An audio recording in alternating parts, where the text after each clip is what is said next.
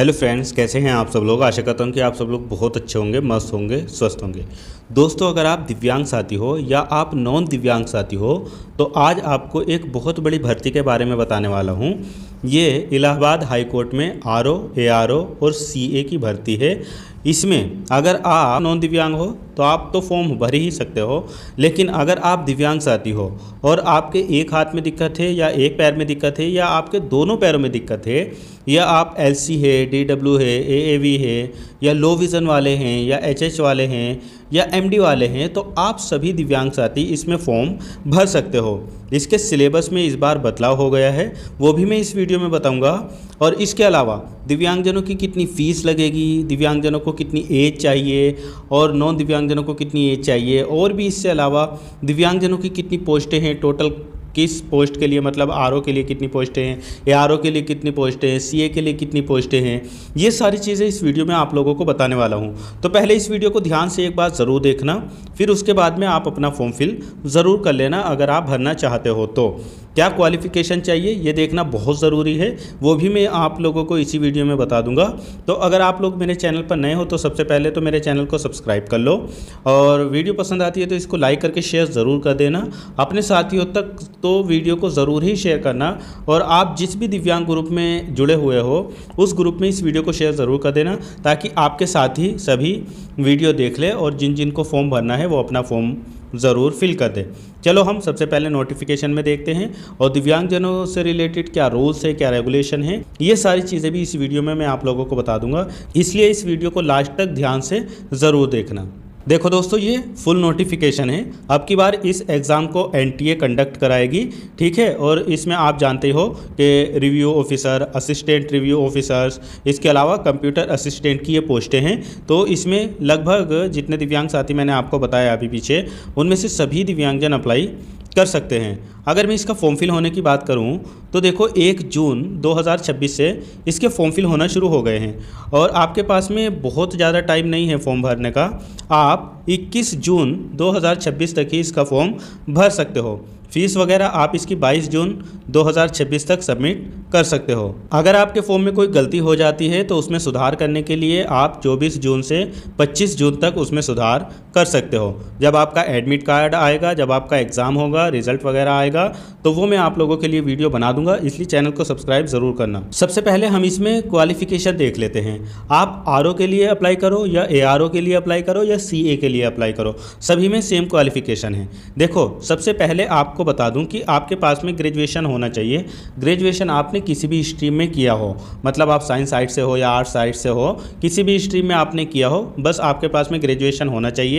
उसके अलावा आपके पास में ओ लेवल का सर्टिफिकेट होना चाहिए, या अगर ओ लेवल का सर्टिफिकेट नहीं है तो आपके पास में CCC होना चाहिए, ठीक है। ओ लेवल का सर्टिफिकेट हो तो भी अच्छी बात है, अगर नहीं है तो आपके पास में CCC है तो आप इसमें अप्लाई कर सकते हो। बाकी आपको डेटा एंट्री की नॉलेज होना चाहिए, मतलब आपको काम करना आना चाहिए, जैसे वर्ड पैड पे या MS वर्ड पे या MS एक्सेल पे या पावर पॉइंट पे, इन सब पे आपको काम करना आना चाहिए। तो मोस्टली लगभग सभी को इतना काम तो आजकल आता है, जो कंप्यूटर के बारे में थोड़ा भी जानते हैं तो वो इतना काम कर लेते हैं। दूसरी चीज़ इसमें यहाँ पर एक चीज़ और ज़रूरी है, आपके पास में मिनिमम 25 वर्ड पर मिनट इंग्लिश में टाइपिंग स्पीड होनी चाहिए। तो देखो, इंग्लिश में मांगी गई है, यहाँ हिंदी में तो मांगी नहीं गई है, तो इंग्लिश में आप 25 वर्ड पर मिनट आराम से कर सकते हो। अगर आपको लगता है कि आपकी तैयारी अच्छी है, आपका एग्ज़ाम निकल जाएगा, तो आप अभी से 1 घंटा टाइपिंग करना शुरू कर दोगे तो भी आपकी स्पीड धीरे धीरे डेवलप हो जाएगी और आप इसको कवर कर लोगे। तो जैसा मैंने आपको बताया कि आप आरओ के लिए या एआरओ के लिए या सीए के लिए, किसी के भी लिए अप्लाई करो, सबके लिए सेम क्वालिफिकेशन है। आपके पास में ग्रेजुएशन होना चाहिए, प्लस उसके साथ में या तो ओ लेवल सर्टिफिकेट हो या CCC हो, दोनों में से कोई एक होना चाहिए, और आपको कंप्यूटर पर काम करना आना चाहिए। और दूसरी चीज़, आपके पास में 25 वर्ड पर मिनट की स्पीड से इंग्लिश में टाइपिंग होनी चाहिए। अगर हम यहाँ पर पे लेवल की बात करें तो इसमें पे लेवल भी आपका बहुत अच्छा है। 47,600 से लेकर 1,51,100 तक आपकी सैलरी रहने वाली है आरओ में, और एआरओ में भी लगभग 44,900 से 1,42,400 तक सैलरी रहेगी। और इसके अलावा कंप्यूटर असिस्टेंट में भी 25,500 से लेकर 81,100 तक आपकी सैलरी यहाँ पर रहने वाली है।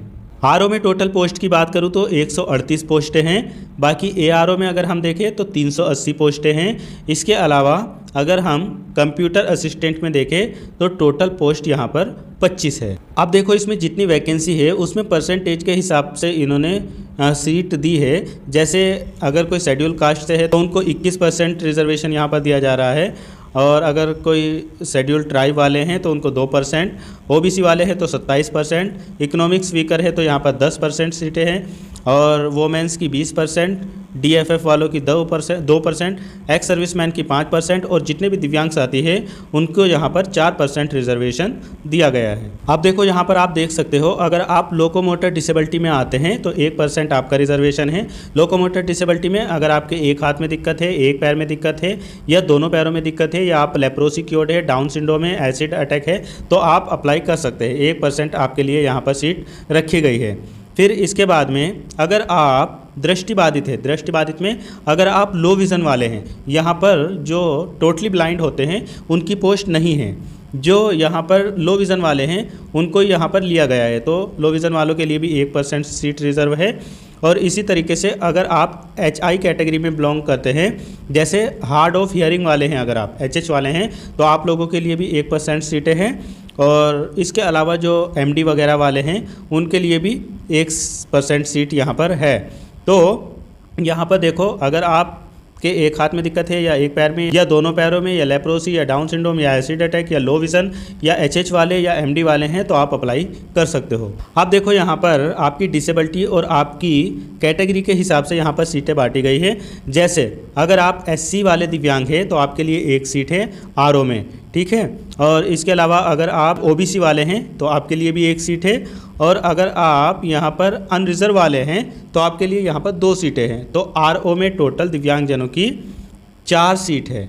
इन 4 सीटों में भी SC वाले लोकोमोटर डिसेबल्ड के लिए है 1 सीट जो है, और OBC वाला भी एक जो सीट है वो लोकोमोटर डिसेबल्ड के लिए है, और अनरिजर्व की जो सीट है वो लोकोमोटर और विजुअली, मतलब लोकोमोटर और लो विज़न के लिए है यहाँ पर।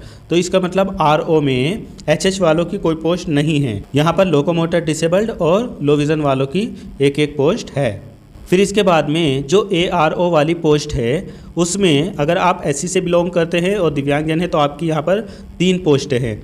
अगर आप OBC से बिलोंग करते हैं तो आपकी यहाँ पर 4 पोस्टें हैं। अगर आप EWH से बिलोंग करते हैं तो आपकी यहाँ पर 1 पोस्ट है। अगर आप अनरिजर्व कैटेगरी से बिलोंग करते हो तो ARO में आपकी 6 पोस्टें हैं। इस तरीके से टोटल पोस्ट ARO में दिव्यांगजनों की 14 है। अब यहाँ पर देखो, देख लेते हैं जो SC वालों की 3 पोस्टें हैं उसमें एक लोकोमोटर की है, एक विजुअल वालों की है, मतलब लो विज़न वालों की है, और एक HH वालों की है, ठीक है। इसके अलावा जो OBC में 4 पोस्टें हैं उसमें 1 पोस्ट लोकोमोटर डिसेबल्ड की है, एक लो विज़न वालों की है, एक हार्ड ऑफ हियरिंग वालों की है, और एक इसके अलावा जो MD वगैरह है उन लोगों के लिए यहाँ पर पोस्ट है।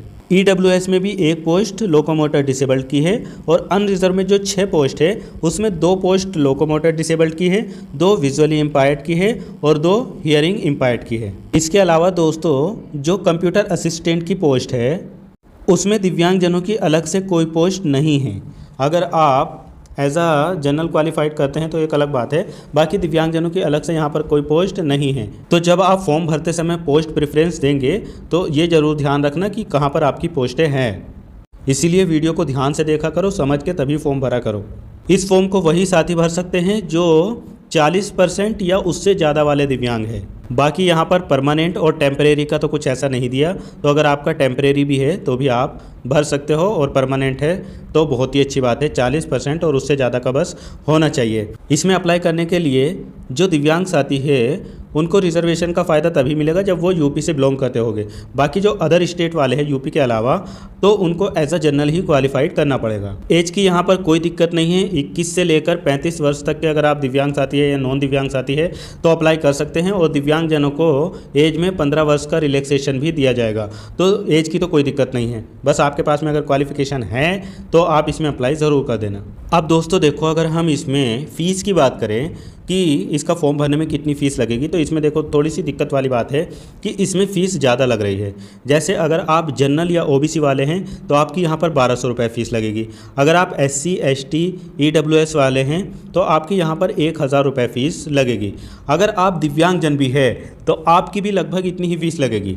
अगर आप जनरल OBC वाले दिव्यांग हो तो आपकी 1200 रुपये ही फ़ीस लगेगी, और आप SC ST EWS वाले दिव्यांग हो तो आपकी 1000 रुपये ही फ़ीस लगेगी। मतलब इसमें दिव्यांगजनों को फ़ीस में कोई भी रिलैक्सेशन नहीं दिया गया है, आपकी कैटेगरी के हिसाब से ही आपकी फ़ीस लगेगी। अगर आप जनरल OBC वाले हैं तो 1200 रुपये लगेंगे, अगर आप SC ST EWS वाले हैं तो आपकी 1000 रुपये फ़ीस यहाँ पर लगने वाली है। दोस्तों यहाँ पर एक चीज़ देखना और ज़रूरी है, आप पेज नंबर 7 पर ये देख सकते हो, यहाँ पर लिखा हुआ है कि there is no provision for scribe और extra time for the physically handicapped PH।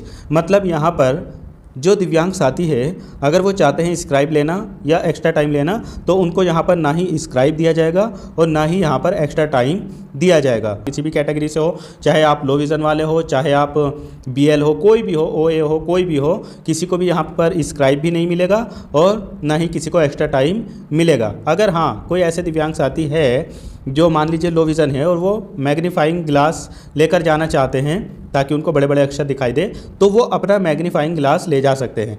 अब दोस्तों इसका एग्ज़ाम पैटर्न समझ लो और किस तरीके से क्वेश्चन आएंगे, कितने आएंगे, ये सब ध्यान से समझ लो।